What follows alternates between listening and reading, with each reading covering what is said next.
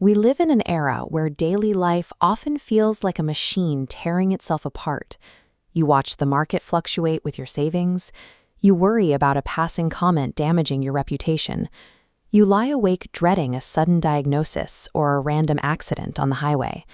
In a split second, a person could be locked in a jail cell for a crime they didn't commit. Our external circumstances are stunningly fragile. We burn incredible amounts of mental energy trying to manipulate a future that we have no direct influence over. We spend our present hours obsessing over a timeline we cannot reach, leaving us exhausted in the only moment we actually possess. Relieving this tension involves a pragmatic perspective shift developed by ancient philosophers thousands of years ago. They used a cognitive framework known as the Stoic filter, a method of forcing every experience into one of two rigid categories.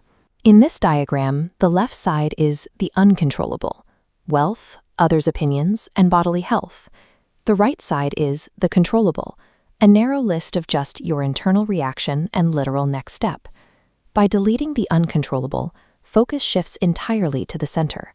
By letting go of the heavy burdens of the external world, you can redirect all of your energy toward your inner thoughts. Anxiety dissolves when we stop pouring effort into variables that do not respond to our will. This leaves one remaining variable that looms over everyone: death. Most people operate as if they are immortal. We defer our happiness to an imaginary future, assuming we will finally relax once the world aligns with our plans. To break this habit, the Stoics practiced Memento Mori: remember your death. In this hourglass, the top bulb is empty.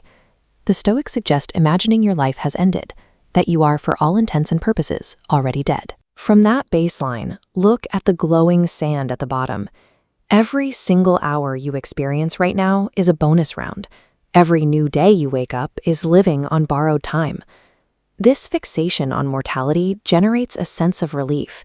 It lifts the burden of the future off your shoulders.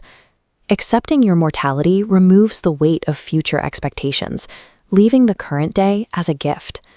We can see this philosophy applied in an anecdote from the Stoic philosopher Epictetus.